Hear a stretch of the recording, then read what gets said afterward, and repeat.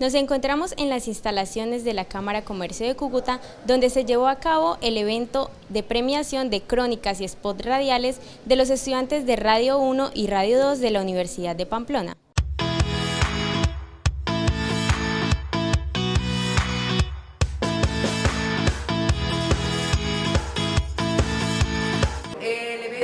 El objetivo primordial en la tarde de hoy es tratar de que la comunidad conozca qué es lo que hacen los estudiantes en formación del programa de comunicación social en las materias de Radio 1 y Radio 2. Básicamente en el día de hoy pues vamos a estar premiando todos los productos radiales que se realizan durante el semestre, y esto como motivación a los estudiantes que de alguna manera se esfuerzan y que le colocan ese ingrediente que estamos solicitando los docentes en esta materia.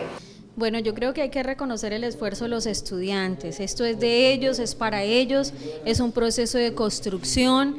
Aquí no todo está hecho, vamos en la mitad del camino de una carrera que compromete la formación académica de estos talentos. Aquí hay mucha capacidad.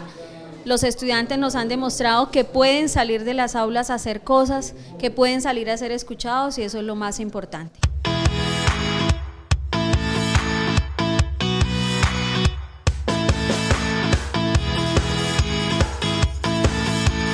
Bueno, este espacio sirvió para conocer el gran potencial que hay en los jóvenes de la Universidad de Pamplona, de donde soy egresada. Hay mucho talento, y también lo que les digo a los ganadores y a los que no ganaron es que hay que persistir, hay que seguir adelante. La felicidad de mi grupo es gigante porque gracias al esfuerzo que tuvimos y que hicimos para realizar este spot, pues se vieron los frutos. Yo, como me veo en el futuro, la verdad tengo muchas expectativas con mi carrera.